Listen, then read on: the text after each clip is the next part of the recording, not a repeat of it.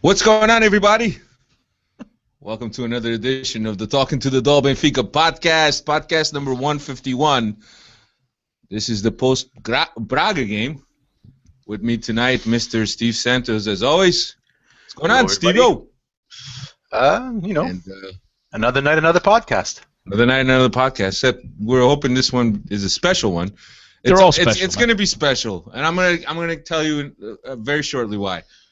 Cristiano's is here also, as you could see, and Laura is here. So there's the reason why this podcast is special. Laura is here. Oh, I thought it was because of me.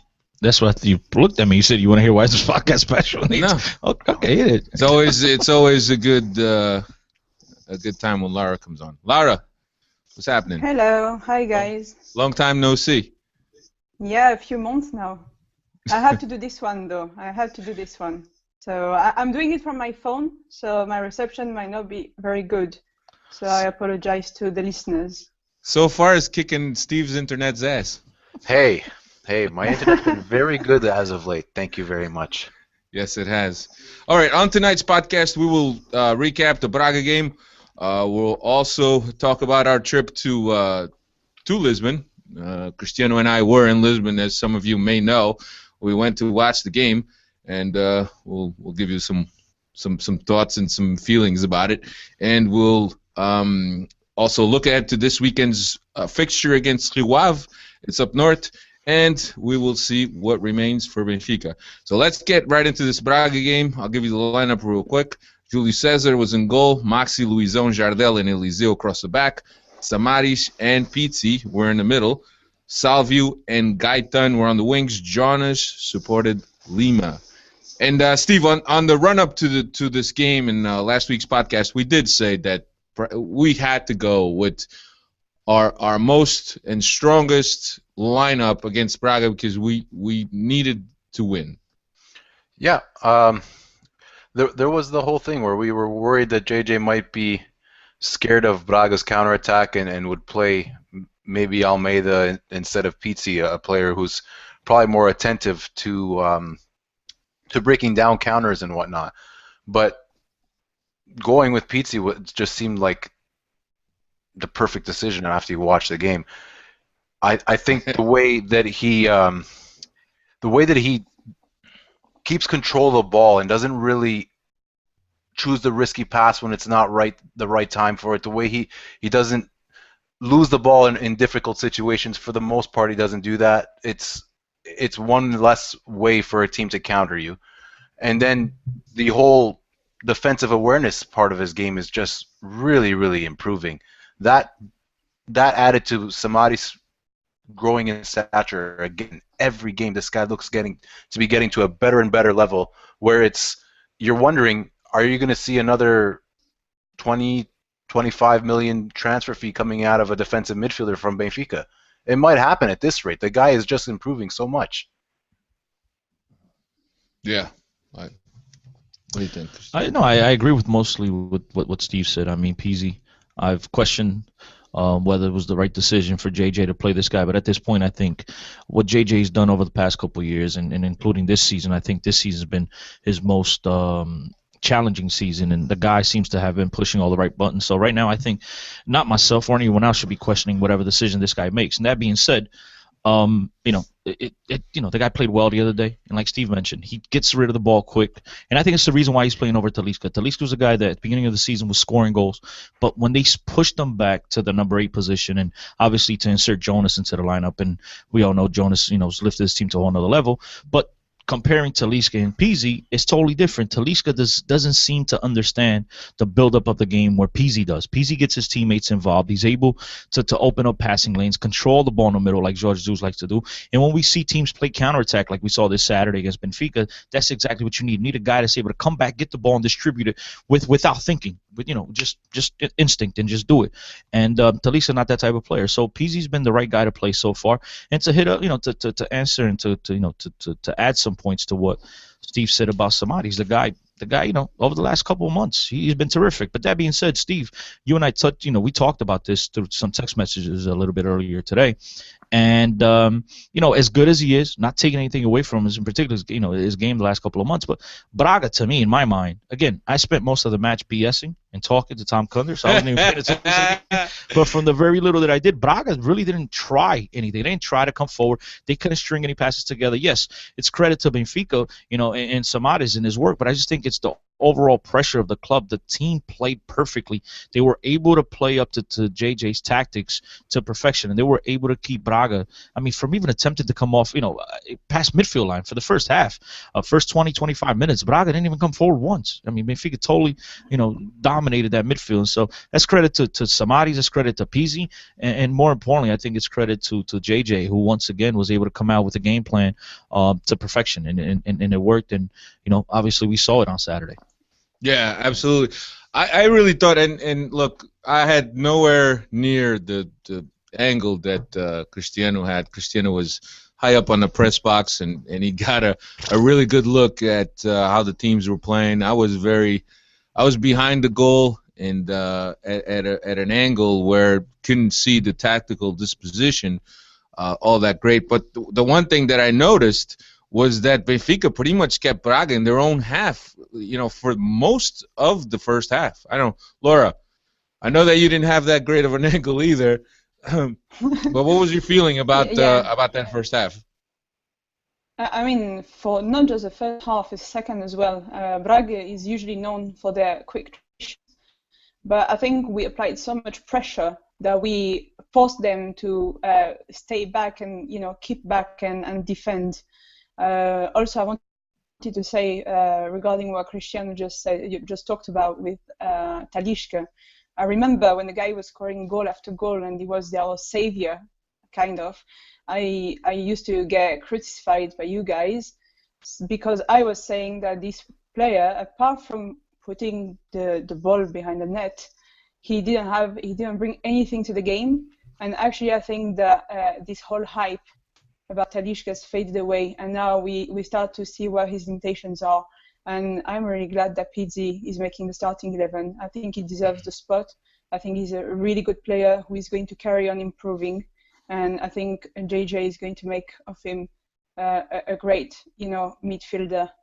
And that's about it. Laura, I know you said it, and I know Steve said it numerous times, and it's not. We didn't disagree. It's not that we disagree. We weren't there saying the guy's been terrific. We just said he's going to keep playing for two reasons. One, he was the only.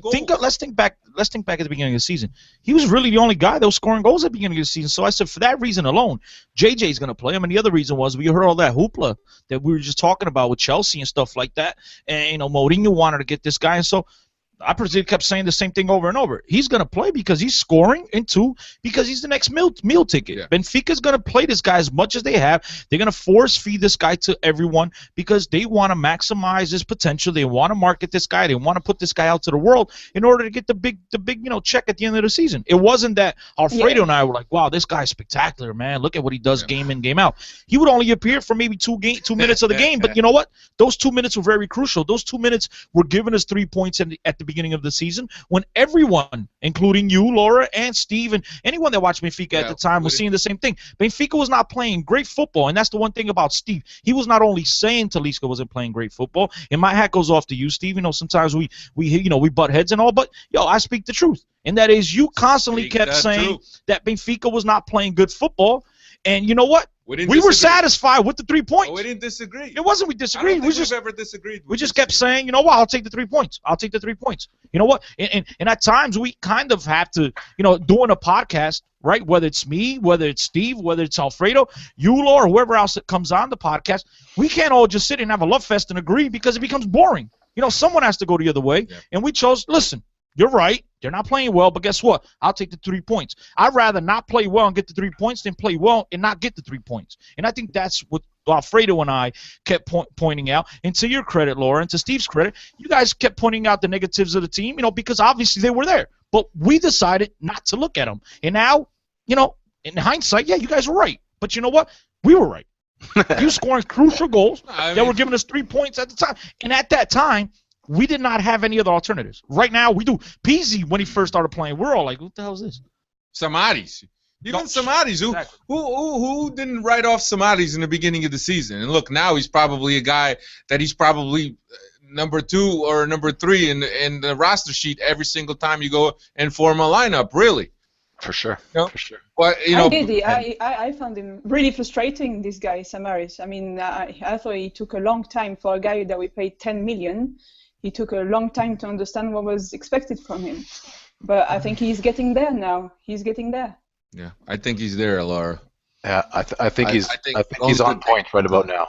I think he's completely in tune with what needs to be done in his position, and in his defense, I think JJ's system asks a lot out of the two guys in the midfield. Just because we play with a 2-man midfield against most teams that will play with 3, I think it asks a lot of those 2 guys, and the learning curve is very steep.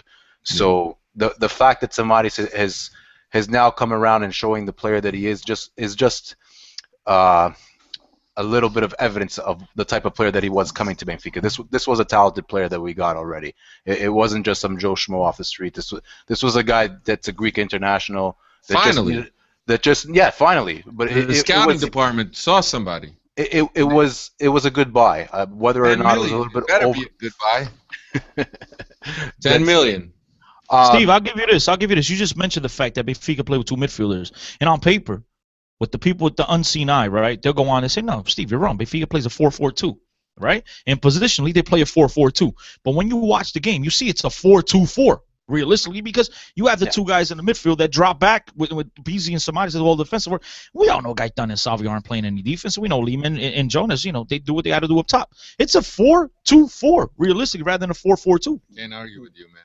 Where you were sitting, where you were sitting, you were able to see that. When you were sitting in with your binoculars in hand. It's got nothing to do with this game or where I was sitting. It's just to the point that Steve made. Benfica plays with those 2 guys in the middle, where most teams play with 3. So I was just adding to Steve's point. He's absolutely correct. When people don't understand and they just look at the lineups at the beginning of the game, right? And they look at what the TV puts out and they say, "Oh, 4-4-2.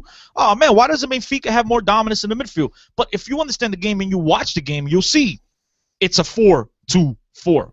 It ain't a 4-4-2 because the only 2 guys that are doing the dirty work in the midfield are Samaris and Peters, or whoever plays in that and in the center positions at the 10 and at the 8 and the 6 positions. Those are the 2 guys that are doing the dirty work. Everyone else is just it depends. It depends which team we are playing. Against Sporting, for example, I would disagree with that.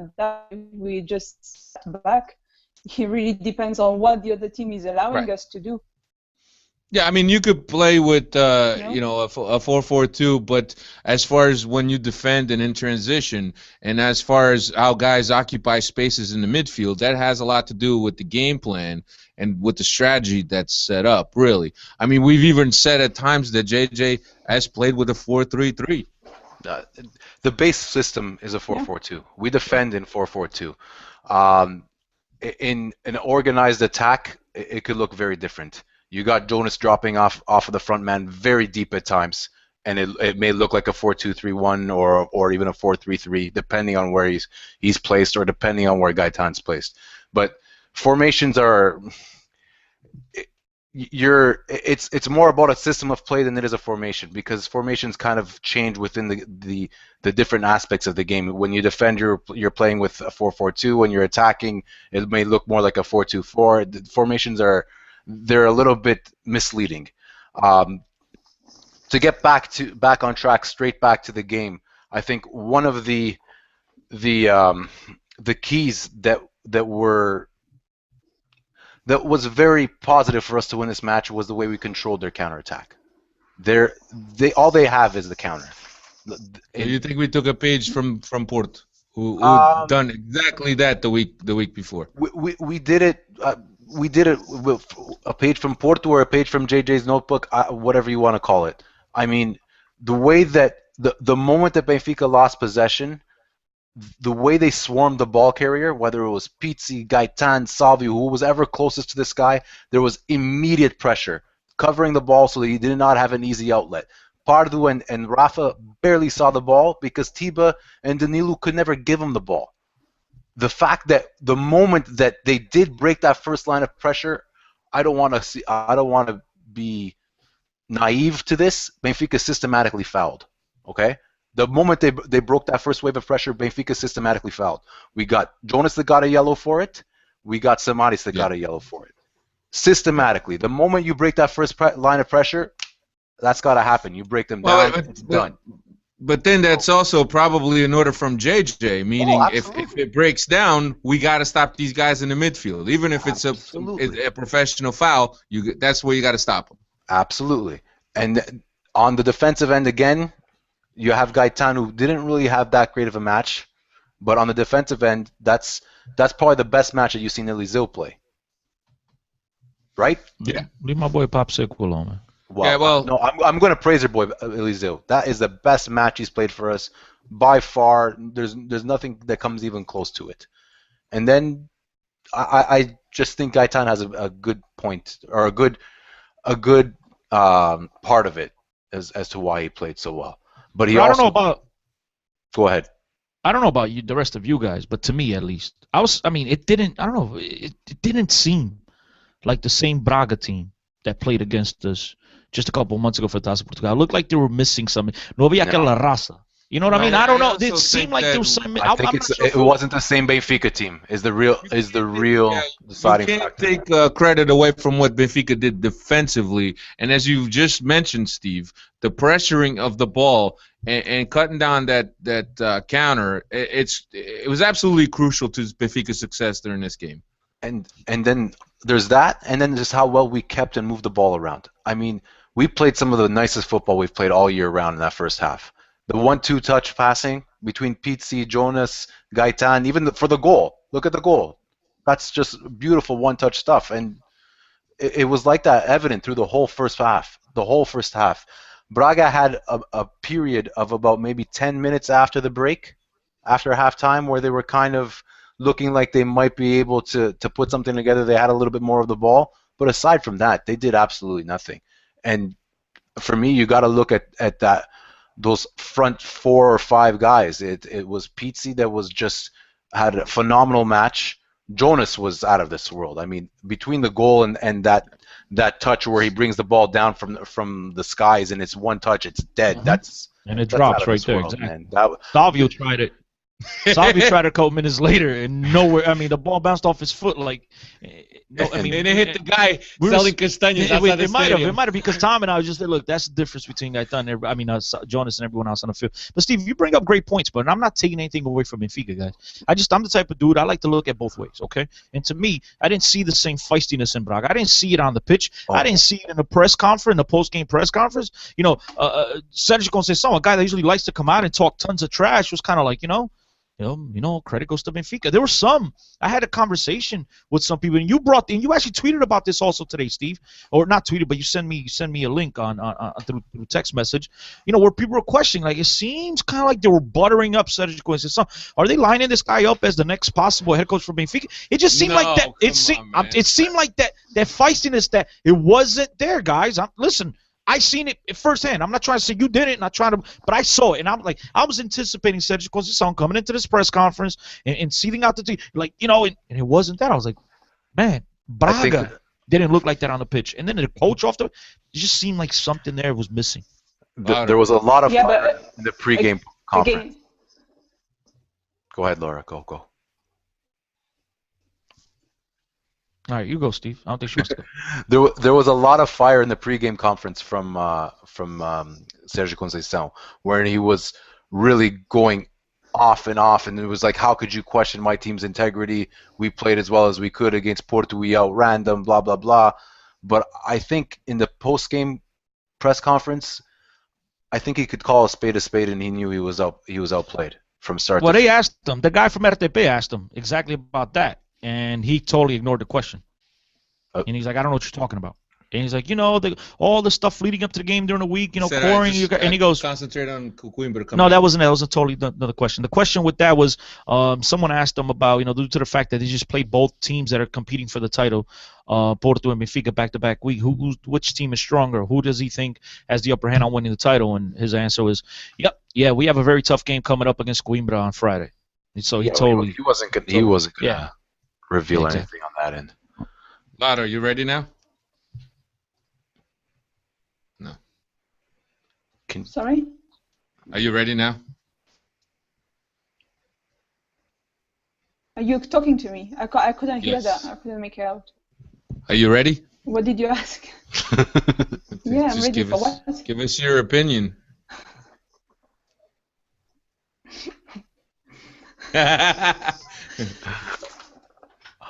Can you hear me properly? Because I don't know, it keeps cutting the sound. Yeah, we can hear you. We can hear you. Okay, I don't know, it's you. I can't hear your voice. I mean, okay, now that's better.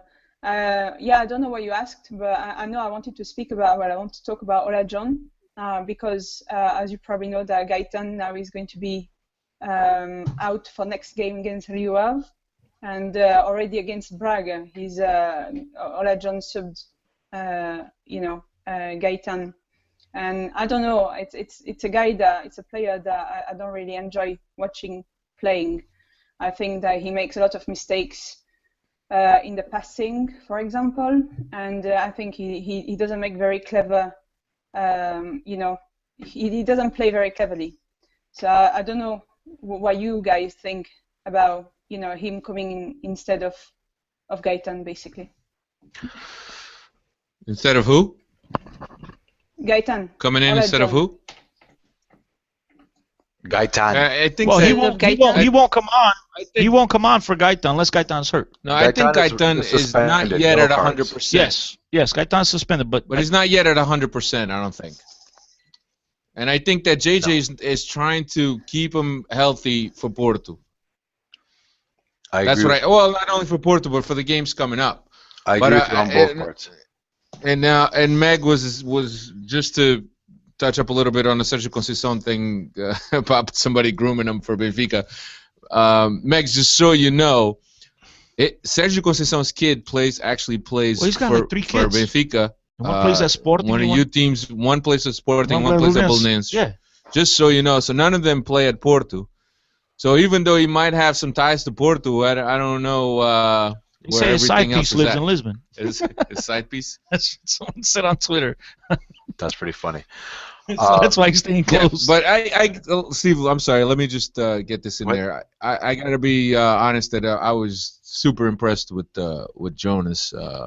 I think that his first touch is absolutely ridiculous, and the thing that I could compare his first touch to, the guy almost seems like he has foam on his feet, where the ball hit his feet and it stays right there. There's absolutely no bounce back, no bounce back from the ball hitting his feet. It stays right there. It's and live, and how we got to see him in the angle where we got to see him is absolutely impressed. I was absolutely impressed with it. He's just magic. The guy. He's a joy to watch, man. I tweeted this earlier, and the more we watch this guy, by the end of the season, I will eat my words, and I'll probably say Jonas is a better player than Saviola, at least for Benfica. Still aren't convinced, huh? Still aren't convinced, yeah. What's the guy got to do? I'm a very Win the stubborn PG? man. I'm a very, very stubborn man. I just think that Saviola has better hair than Jonas. That's all. And that's where the comparisons stop. That's about it. That's about it. I need to get a hold of Peggy and get Peggy to give me exactly what episode it was that I told Steve that he was a better player, because I want to hear this back. I think you've told him every single episode. I know, but I need to That's what I was get gonna say. Peggy to give me. The original one. I need to get comes up Peggy to every give me the episode. original one. Peggy, Yeah, but I need Peggy, Peggy. get on that, buddy. Peggy knows he's the Benfica podcast almanac. So anyway, we went into the half 1-0, right? If I'm not mistaken, or Yeah. was it 0? Yeah, 1-0. It was 1-0. And then the come out, and it's just, look. You could look at it many ways, but the one thing is that Benfica was dominant throughout the game. And look, a team that has aspirations to win the title has to win games like this, especially against guys that are in the way. And not only against Braga, and I don't want to get too ahead of myself, but you can't just think about winning these games. There's the little games that are very important also that you need to win. And this was on paper was perhaps the most difficult one, but there's a lot harder games coming up. And but I like the way the team has been playing. And to be honest with you, I like what JJ has done with this team, and he deserves a lot of credit. And he's talked about the onda vermelha, or the red wave, And for weeks now, we've been hearing him in the media, not only him but also players praising the fans and calling out the fans to the stadium to really support the team, and that's what we've seen. And look, Cristiano and I actually were fortunate enough to be in Portugal to watch this game, and Laura also.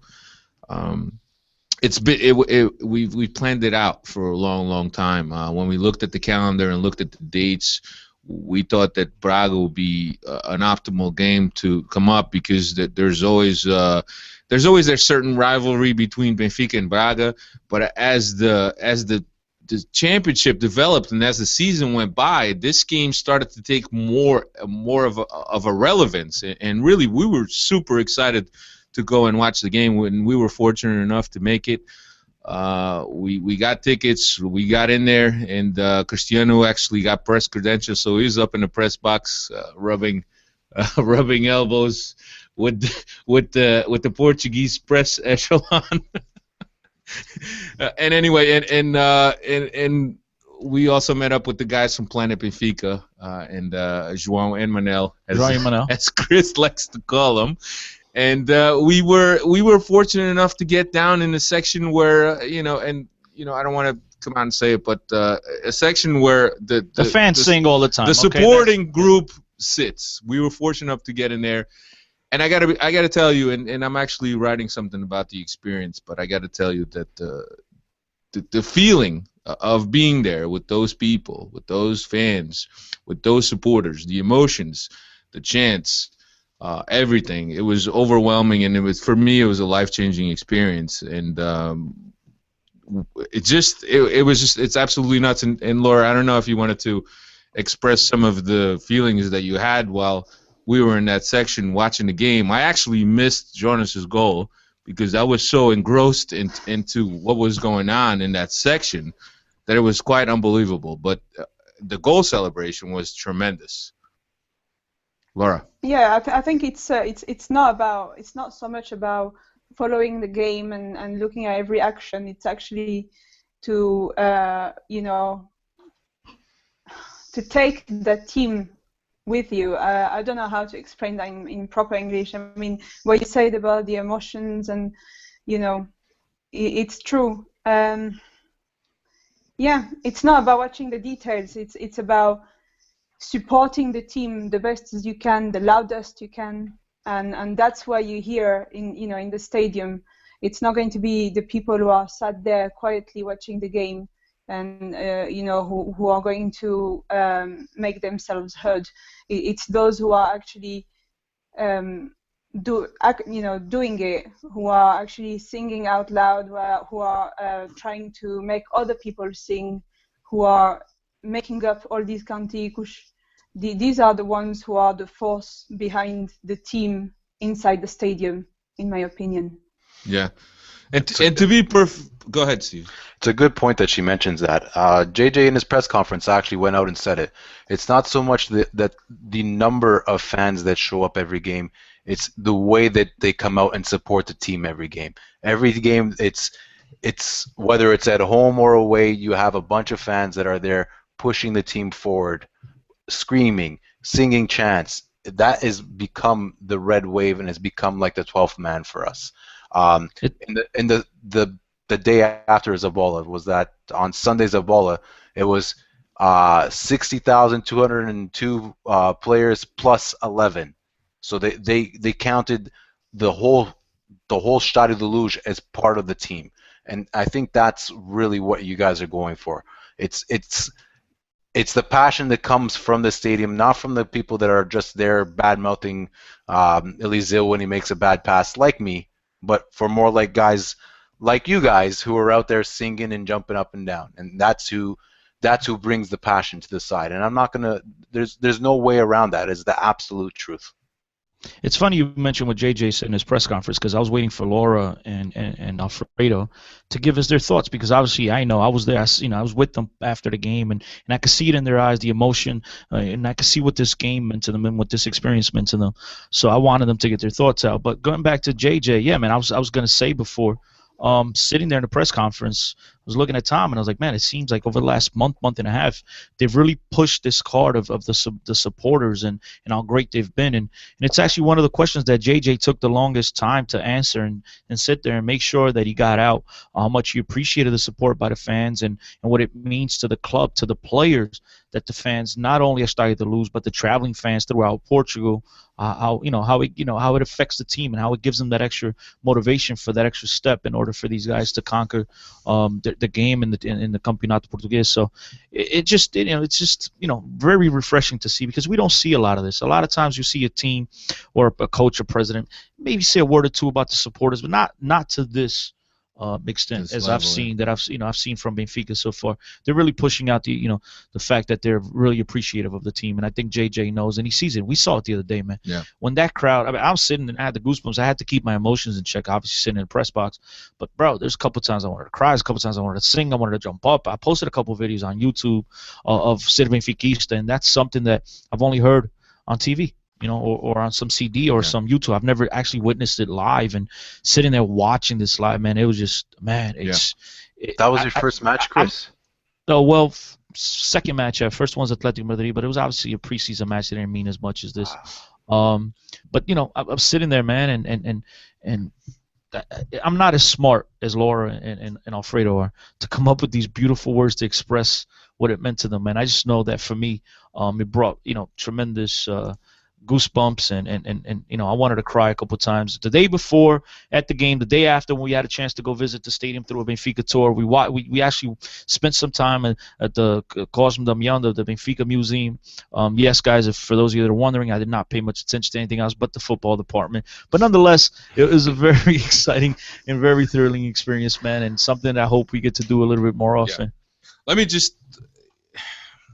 I know that most of the people that listen to this podcast, the majority of you guys are perhaps first and second and third generation of kids of Portuguese parents, parents that have immigrated out of Portugal to give their kids a better life. And as a result, they have given you that love for Benfica. So you have grown up in a Benfica household, or for some reason or another, you've adopted Benfica because that's a set of values and morals that fit your personality. And for us immigrants that are outside of Portugal, we don't get a chance to experience Benfica on a weekend-to-weekend basis on a live level. We just have to content ourselves to watching it on TV. So when we get a chance to watch the team live, whether being on a holiday or when you get to Portugal, it's quite something that's very humble. It's a humble experience. And forget when you go to Portugal in the summer and you go watch these preseason games where it's kind of like a watered down version of Benfica. Do yourself a favor, man, and look, and take it from me, you won't regret this. Do yourself a favor, put a little bit of money together, plan a trip to Estádio da Luz, even if it's just a weekend during the season. Go down, sit in sections where the supporters are very vocal and supporting the team, and trust me, you will experience a game like never before. For me, it was a life-changing experience. And look, I've watched Benfica at the old Estádio da Luz several times. I watched Perdome's debut and preseason debut from the Terceiro Anel in old Stadium da Luz. And I've watched several games at the new Stadium Luz.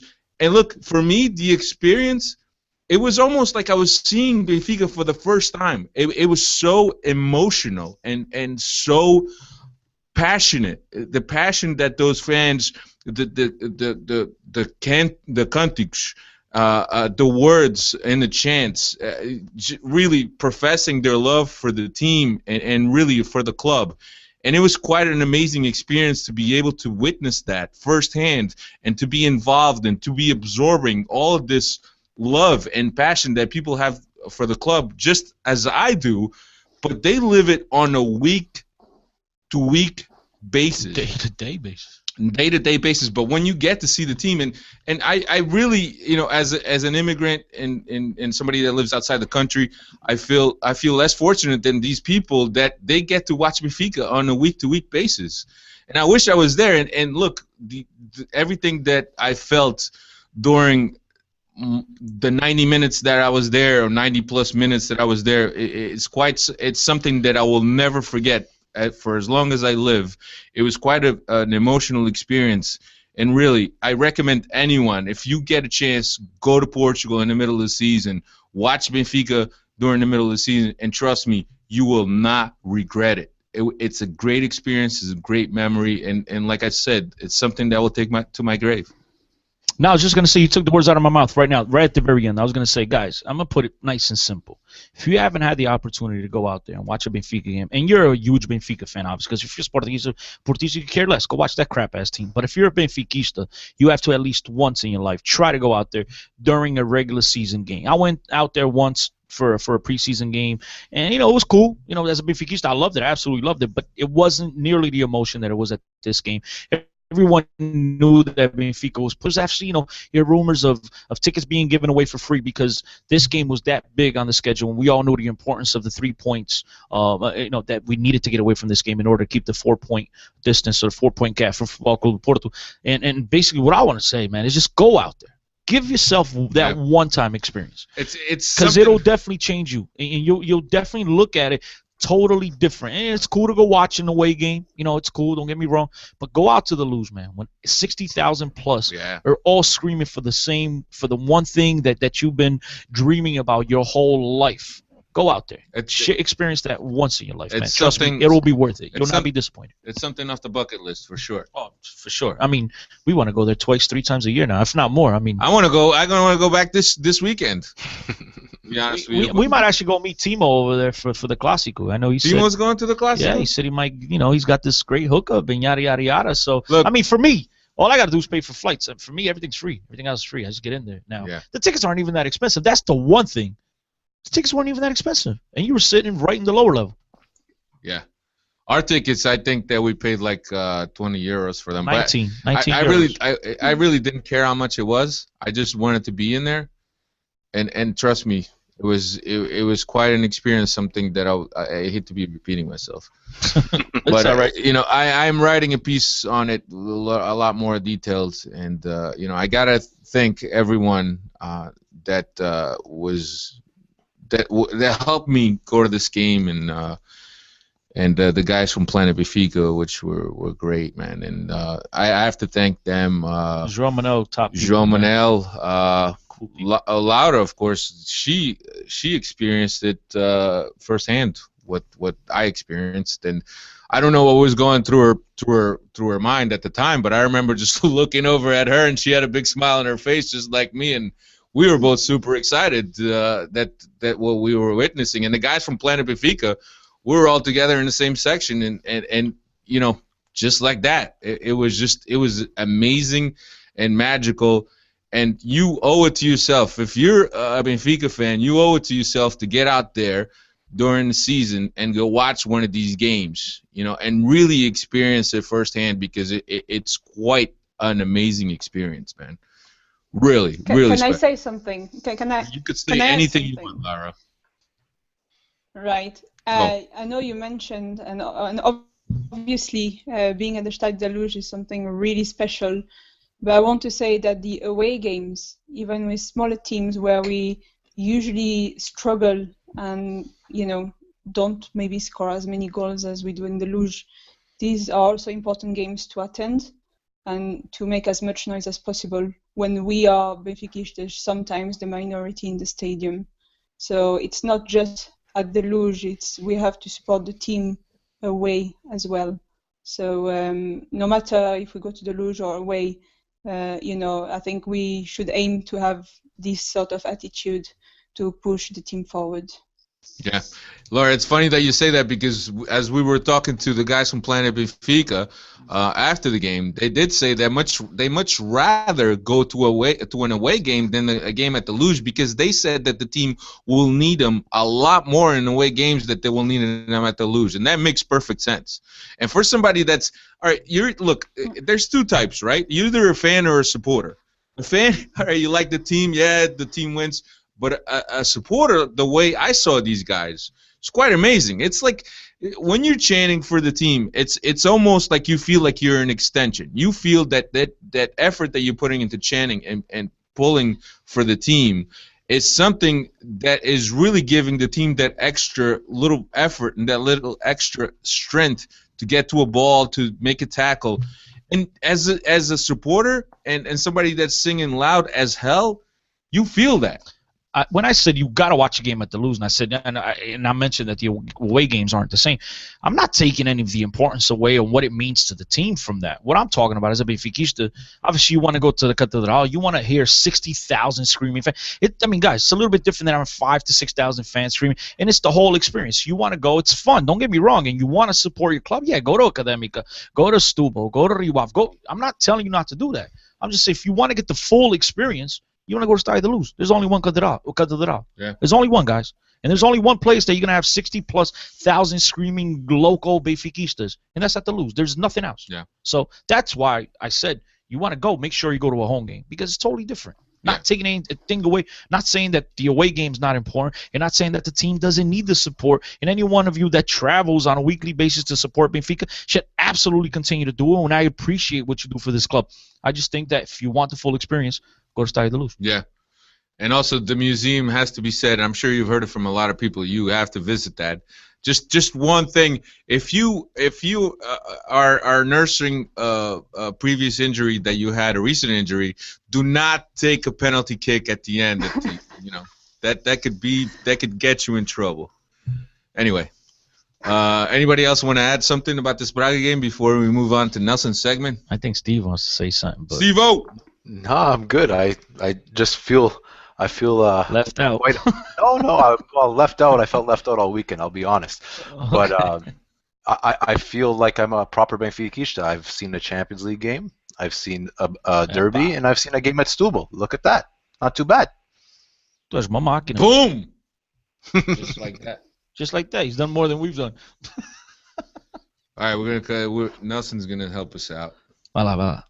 But Here we go, ladies and gentlemen. This is the what's did we come up with a name yet? Name of the segment? What's up with you Twitter folks? You guys, anybody came up with the name of the segment yet? Somebody came up with the good one, but I can't is remember. So it can't have been that good because you don't remember. Não me lembro. Não me lembro. That's what it's called. Segment Não me lembro by Nelson. Olá. Tens de defender essa posição. Como é que a podes defender? Como tens feito até aqui, jogando para ganhar, com a pressão sempre de ganhar, porque nós não sabemos trabalhar de outra maneira. Lots of Brazilians have come through Benfica over the years, but few have made the immediate goal-scoring impact that Jonas Gonçalves Oliveira has in the past 6 months.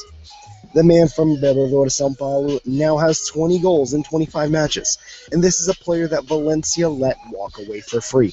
He's got all the qualities that Jorge Jesus looks for in a player. Great feet, a brilliant footballing brain, and most importantly, a name with few syllables. In as modalidades, the Benfica women's hockey and patins team won their first Taça Europeia in club history. They defeated the French club Coutras 5-2, with Marlene Souza netting 4 goals. Congrats to the ladies from the roller hockey team. How could we possibly make a segment and not talk about our lovable left back with a can attached at the end of his foot? Eliseu Papseku Fatias, no matter what you call him, he's had some real rockets for goals this year. If he made as many tackles as he does shots, he'd easily be the best left back in the world. He now has 4 goals in the league, and the last time Benfica had a left back with more goals, the 2006-2007 season, while Lino had 5. And we still have 9 games to go this year. Thanks for listening, guys, and that's all for this week. all right. Shake it up, shake it up. That's it. I was ready to dance. Good job, Nelson. Once again, he's a little hoarse this week. He apologizes, but Another spectacular job by the dude. And by the way, guys, just realizing you, Steve, I know you're reading your little iPad over there, your chalkboard. Pay attention real quick. Chalkboard. All right. I just realized why Jonas is such a machina, man. His last name, Oliveira. It says it all. There it is. That's why the dude's magic. There you go. No comment, I guess. Okay. No. All right. Let's turn our attention now to this upcoming weekend's game against Riwav, Saturday, 6 p.m. local. Another tough game for Benfica, Steve.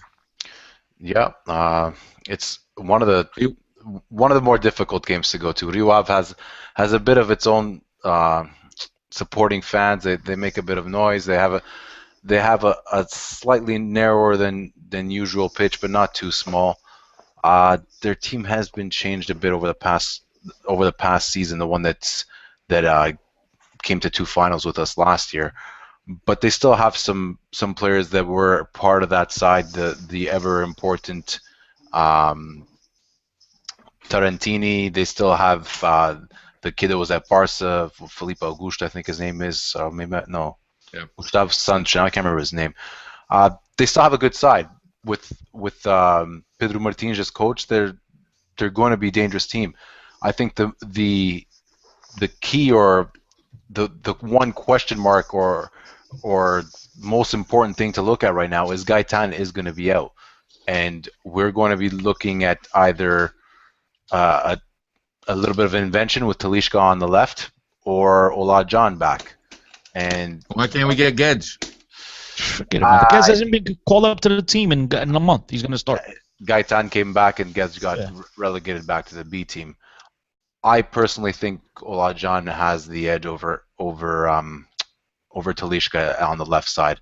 I just think he's more in tune on what needs to be done. Talishka, the moment Jonas gets that yellow card that will suspend him for the rest of that will suspend him for a match, he'll go play at second forward again. But until then, he'll get some minutes, maybe replacing Pizzi. I don't think he's going to play from the start, at least on the left. If he does, JJ will definitely surprise me.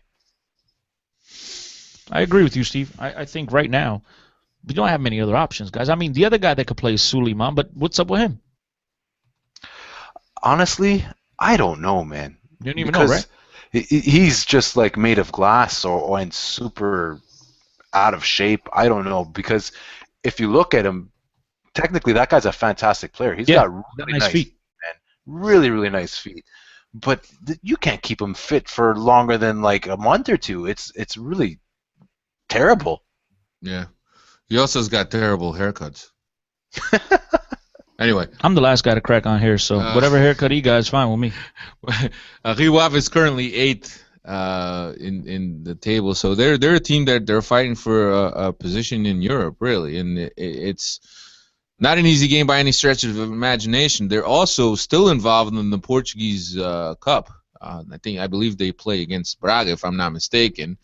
So it's a pretty competitive team, and when we travel up north, look, it's never easy. I just hope that now that we've kind of beat Braga, and on paper that was the one big game that we had before Porto. I don't know. I don't think this team can really let up. I think we got to keep going, and I think that that JJ took a big lesson from that game against Paços de Ferreira, and the one that we lost in the last minute on a penalty shot. And I think that he took a big lesson in the fact that he's not letting up, man. We got to go all the way. Got to go all the way to the wall. All the way to the wall. Lara, what do you think? I think it's going to be a difficult game. We only won 1-0 at the Luge in the first half of the league. And yeah, like you said, it's always hard to go to Vila do Conde. It's always a difficult game, and I think I don't know what their strategy is going to be.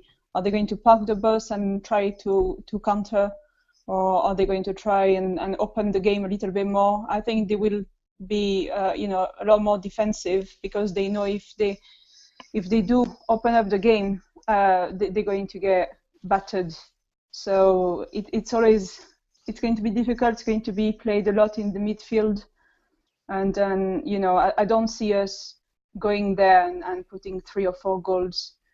If we win 2-1 or even 1-0, I'd be happy. As long as we have the 3 points, I think from now on we should aim to keep them 4 points lead until the Porto game, and then having that luxury to afford a draw or a bad result. Obviously, that's not what we want, but realistically, Porto are really strong, and if we want to win the league, we need to keep them 4 points lead.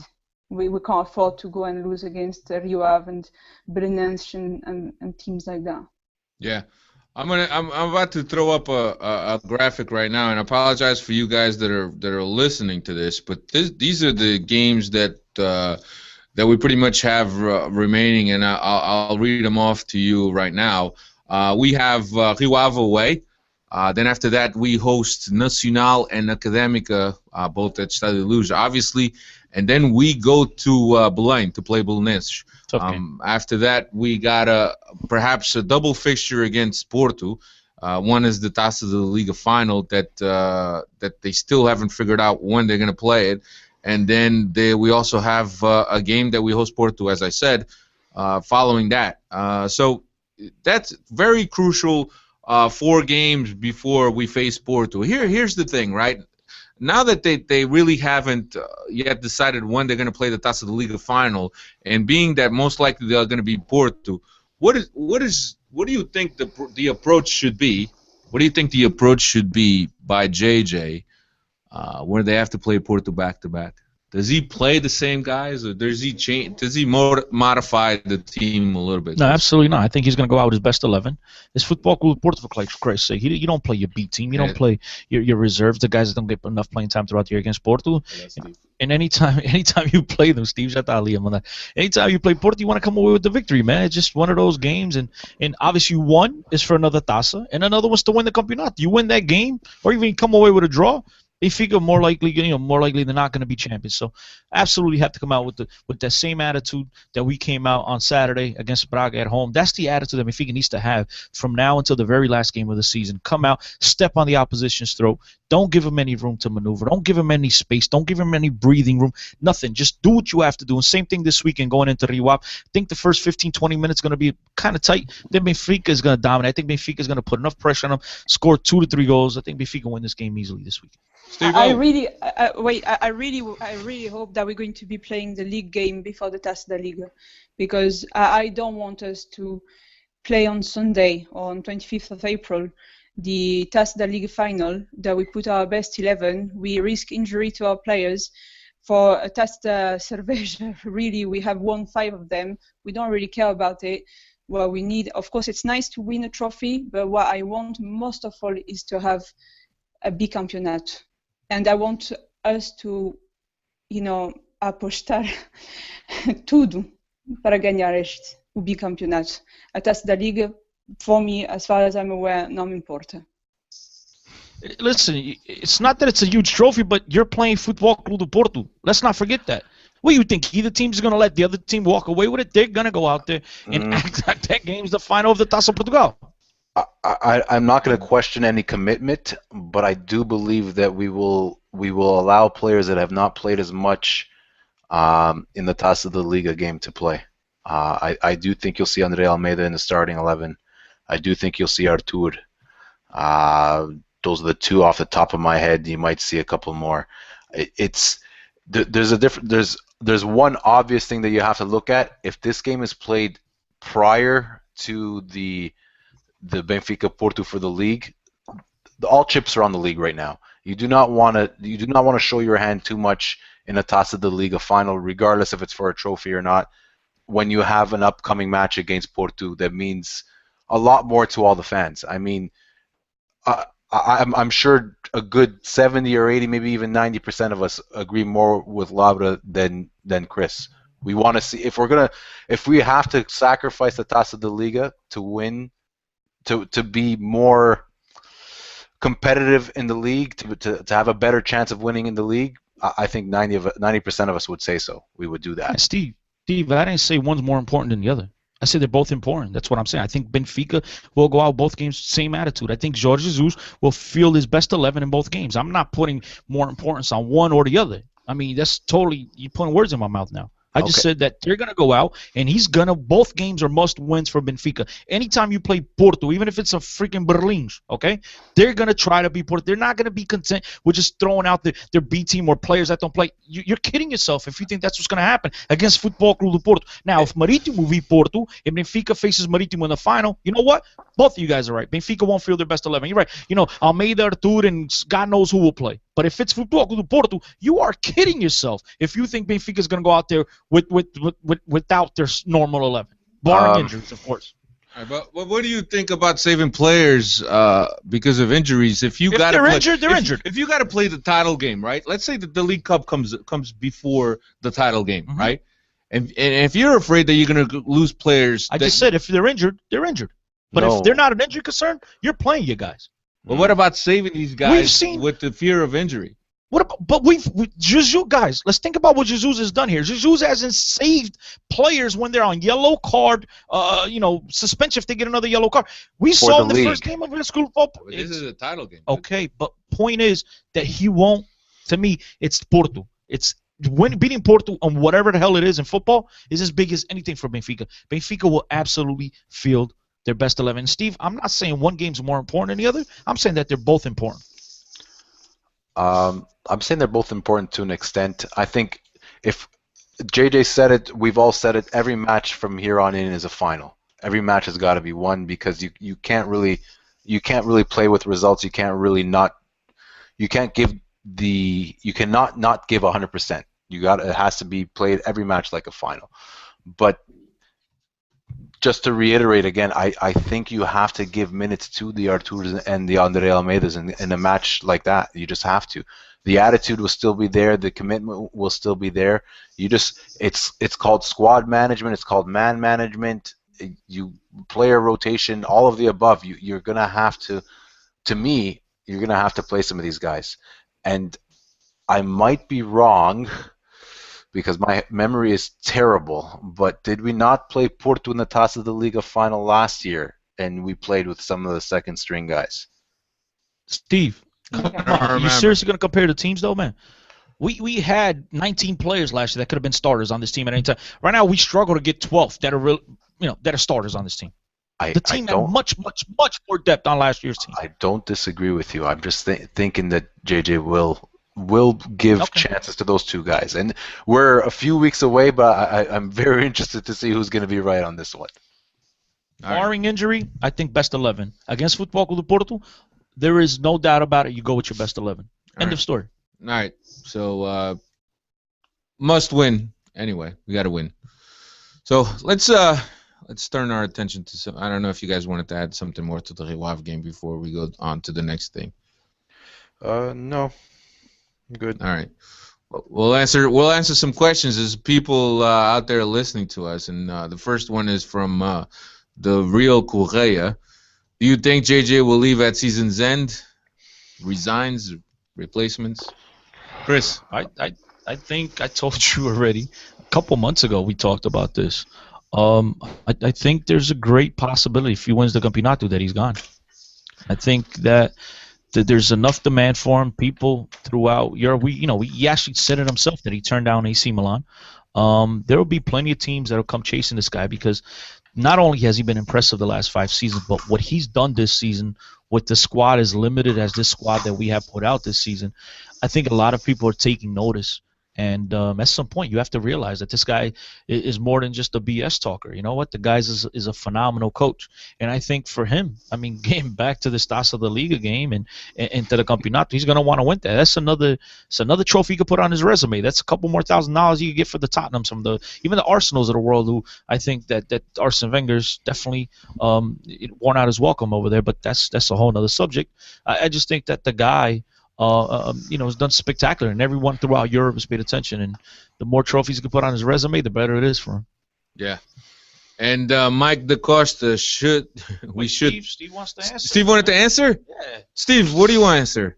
I don't think he's going to Europe, to England. I don't know where I got Europe from.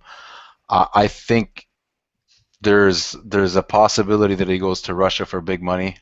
Oh man, that's Maluk, man. I know we let him answer for this. Is this why we let him answer?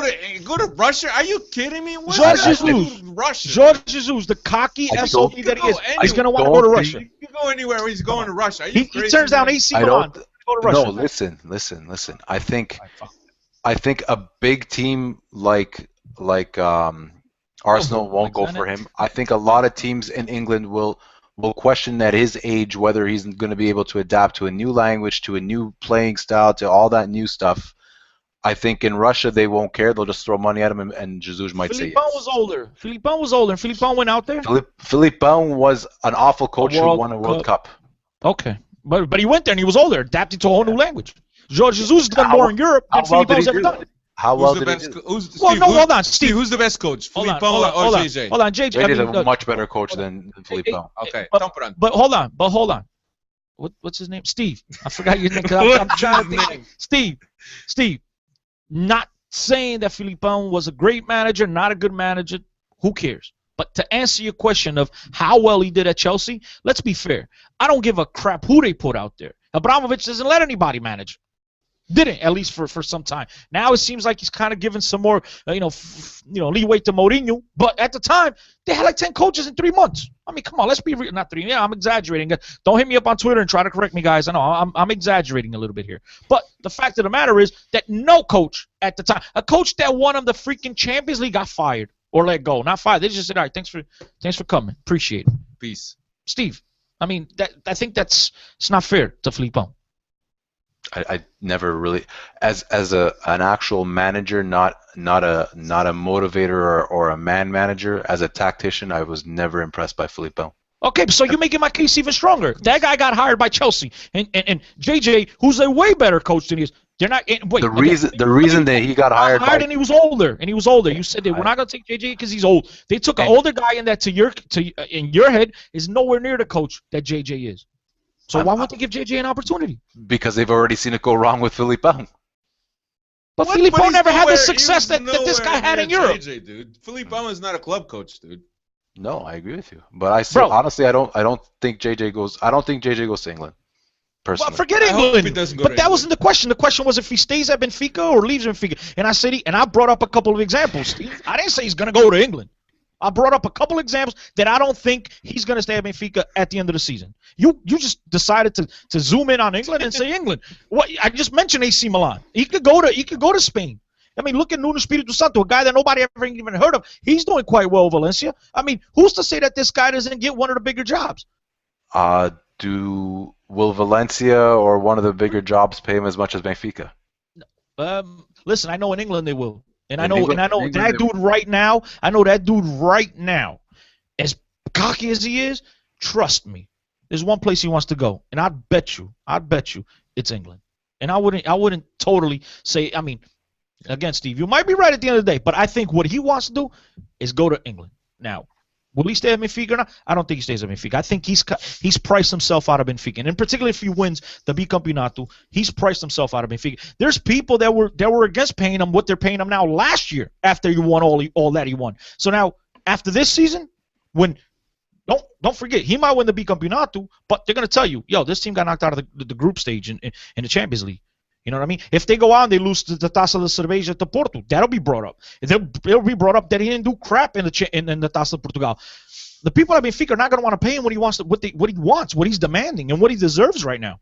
So I think, and that's why I mentioned this whole crap about Sergio Conceição earlier, but that seemed like too much of a friendly, man. Too much smoothness going back and forth. I didn't like it. They might be onto something. I mean, I didn't like it.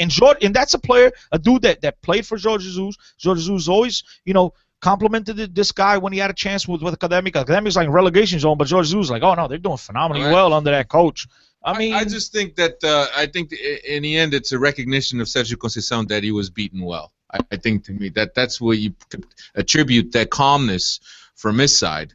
Also, there was no cases in refereeing cases, so I think that probably where you could justify his calmness. But speaking of Valencia, Mike DeCorsa says we should thank Valencia for letting go. Of Jonas for free and paying 30 for Rodrigo. Yeah. And you know what? Lovers out of time mentions a great point. This is to you, Steve. Same could be said for Mancini, Pellegrini, and etc. Language doesn't matter if there is quality. Yeah. Fine. I'm not saying otherwise. Pochettino still has a someone translate for him. And there's some scouts over there Pochettino that I can don't speak understand. English, buddy. Don't you worry. I'm sure he He can can speak now. English. Now he can. He didn't do it last year at Southampton, dude. What do you mean, I've you read a tell me lot what I and heard a lot of people say that the man speaks English. He just chose not to speak to the press. Oh, okay. Well, then I don't care. I'm going based on the press. How do you know JJ doesn't speak English? You You ever want to heard bet? You ever heard new costume? Yes, Manchester.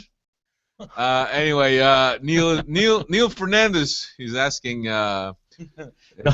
Wait, forget about what he asked. But Neil said he's going. He said JJ's going to Barcelona just for Steve. That's what he said. Neil said did any of the locals know about the podcast and where was the banners during the game? We didn't have any banners, Neil.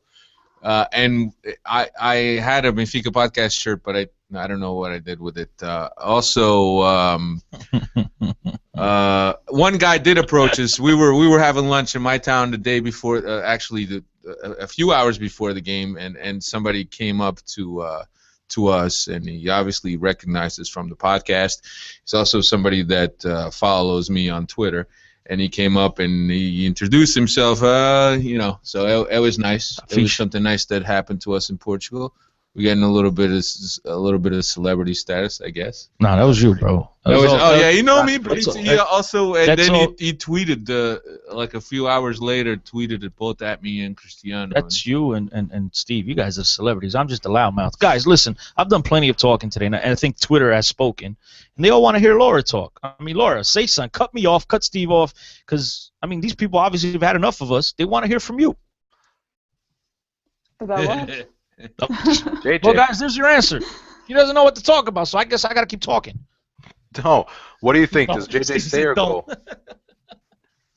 In my opinion, if he wins the bicampeonato, he will go. Not purely because he would have won everything. He would have made history. It's been a very long time we've not had two campeonatos following one another, and he's had very good results. He's won us a few titles. We've been twice in the final of the Europa League, and he goes. For us, I would like him to stay because continuity is more important than trying to get another coach that would have to get used to the team and the team used to the coach and etc. So it would be really good if he stayed, but I think he's gone. And I know on the newspapers in Portugal, I've been reading today, some say about him going to Barcelona, and I don't think he will go to a big club, and I kind of agree with Steve on this. If he goes somewhere, he will be on a club that has the money, but doesn't necessarily have, it has to put a team together, which is the strength of JJ, being able to find the ability of each player, position them on the field the way that he understands their ability, and I don't think he will go for a club like Barcelona or Manchester City or Chelsea. Well, Chelsea not anymore, obviously, but a team that already has very great players. I don't think so. If he's got to go and build a team, why the hell leave? He's already got a team that's made for him, that understands him well enough. He'll stay. He's going to go somewhere where they're going to give him the option. They're going to give him the ability to spend tons of money and build a team his way. He's not going to go there and coach the the Tottenhams of the world where they're going to get the B-level players. He's not going to do that. I seriously doubt JJ is going to leave Benfica, a club that he says is bigger than AC Milan, and he's going to go and build a club somewhere else. I just don't think so. I don't think he'll do that. I think he's going to go to a club that's closer to a finished product than it is to a rebuilding project. I don't know. He could go to something like Arsenal, for example, a club that's but Arsenal's doing well. not rebuilding. Arsenal has the players. I just think the coach is a numbnuts. Yeah. Guys, I think that's about it. Wait, Laura's still talking. People want to hear Laura. Let her talk. Okay. Go ahead, Laura. Keep going. I was done. I was done. Yeah. So I think that's about it. Where we got almost an hour and a half. I think that's just been quite a lengthy podcast. Thank you, Laura, for coming on. Very, very nice of you. You're welcome. Please throw My out pleasure. your Twitter. LO Cardoz 28, the at the beginning. Right. At Steve Santos 6, at 10CO10, at Benfica Podcast. Please don't forget to check out our friends over at planetbenfica.co.uk. Also, a personal thank you from me to them for hooking up with us, for hooking us up with the tickets, for sharing the experience, for having a drink with us after the game, a couple drinks with us. Don't forget my castañas. They hooked me up with castañas asadas. They bought Cristiano castañas asadas. They brought all of us castañas asadas, by the way. I just had mine cold after the game. Also, Mr. Tom Kundert, yes. Thank you for the chance of meeting you finally. He hasn't been on Twitter much. I think his ears must be hurting him. Yeah, I think. Apologize, Tom. Sorry. He almost threw himself from the press box. Cristiano was just talking his ear out. But no, he actually went out with us after the game, and we had a couple drinks, and we had some food and stuff. And thank you very much to everybody that's supported the podcast, and clearly, this was a very humbling experience for me, life-changing, as I've said. I'm writing a piece on the whole experience. I hope everybody checks it out. I'll be sure to tweet that out. What else? I hope I'm not forgetting anything, man. Timo just said still only 673 followers or 63 followers. Chris didn't advertise enough in Lisboa. Now Chris didn't even take his T-shirt. Man, Chris was all business. If business you guys attire, business attire, sport coats and collared shirts, and my shoes, man, and the socks, and your shoes and the socks. Come on, commando, but shoes and socks, guys. Don't you worry about it. Right. Steve. Just shout out the real names or the Twitter handles for the guys at Planet Benfica podcast. João Manel. Yes, it is. Right. Yes, it is. João Manel. Well, the Planet Benfica, you guys all know, it's at Planet Benfica, and the other one is at In Motion SLB. That's Manel. So that's the other one is João. We don't want to give up their real names. Fair enough. Jesus, why are you putting it like that? Now everybody's gonna be one. No, bro, that's their names. Yo, what's wrong with you, João and Manel? Cristiano just said I'll call you guys João and Manel. That's it, João and Manel. That's all you need to know. Those guys are awesome, by the way. Great guys. And if you have a chance ever to go to a game and try to hook up with them, I know that they're at a lot of away games from Benfica all throughout Europe. They told us they go to all the games. Not Benfica Pod. Planet Benfica were at the U19 game today, which unfortunately Benfica lost in PKs to Shakhtar Donetsk in the U19 Champions League. So they were there. They're at most games. They were at the Benfica. They were also at Benfica B in Faro, yeah. Yeah, those guys are terrific, man. So follow them. Terrific job. It's great to meet them. Had about a 3.5-hour argument with these guys and so great guys, terrific guys. We had a 3.5-hour argument about the modalidades. And I think by the end of the night, I had those guys singing my tune. They kind of saw where I was coming from. I don't know. You don't know? I think they just gave in. I don't think so. No. Okay. They were trying to get out on the station before us, so they wouldn't have to listen to you anymore. Anyway. Thanks a lot, everybody, for checking us out. Once again, a little bit long today, but I think it was well worth it. I'm sure you've enjoyed it.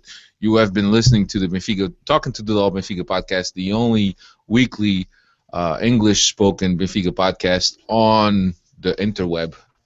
And check out our Twitter accounts for some of the pictures. I posted a boatload of pictures. I know you've posted some. Laura posted some. So check out our Twitter accounts, guys. There's some cool pictures. Yeah, we met Bruno Varela while we were touring the stadium. And if you also get a chance to tour the stadium, tour that. That's very well worth it. I thought it was Montorras, but you thought it was Montorras. From the other side of the field. Then you thought it was Nelson Évora. I don't know. I just saw someone. I'm like, because I figured, what the hell? A player? What's he doing here on an off day? So I try to put names together, but I was wrong on every occasion. So the whole tour group just went by the guy, and I was staying behind and taking pictures with the eagle. And when I turned around, with would have been like. Well, I kind of tried to put my my arm around the eagle, but it didn't work out too well. So when I turned around to go to join the group, he was just facing me, and I said, "What's going on?" And then we snapped pictures with him. So it was a good experience. Again. Thank you very much for everybody for checking us out, listening to the pod, supporting the pod. And like I said, if you ever get a chance, man, you need to get out there, man, support your team and love your team like nothing else. Thanks, Laura, for coming. Steve and Chris, always talk to you guys again next week. We'll break down the Rio Ave game and we'll look ahead to Nacional. See ya. Ciao. Arrivederci. Arrivederci. Bye. Já apagaste isso, meu? Aí agora? No, still says live.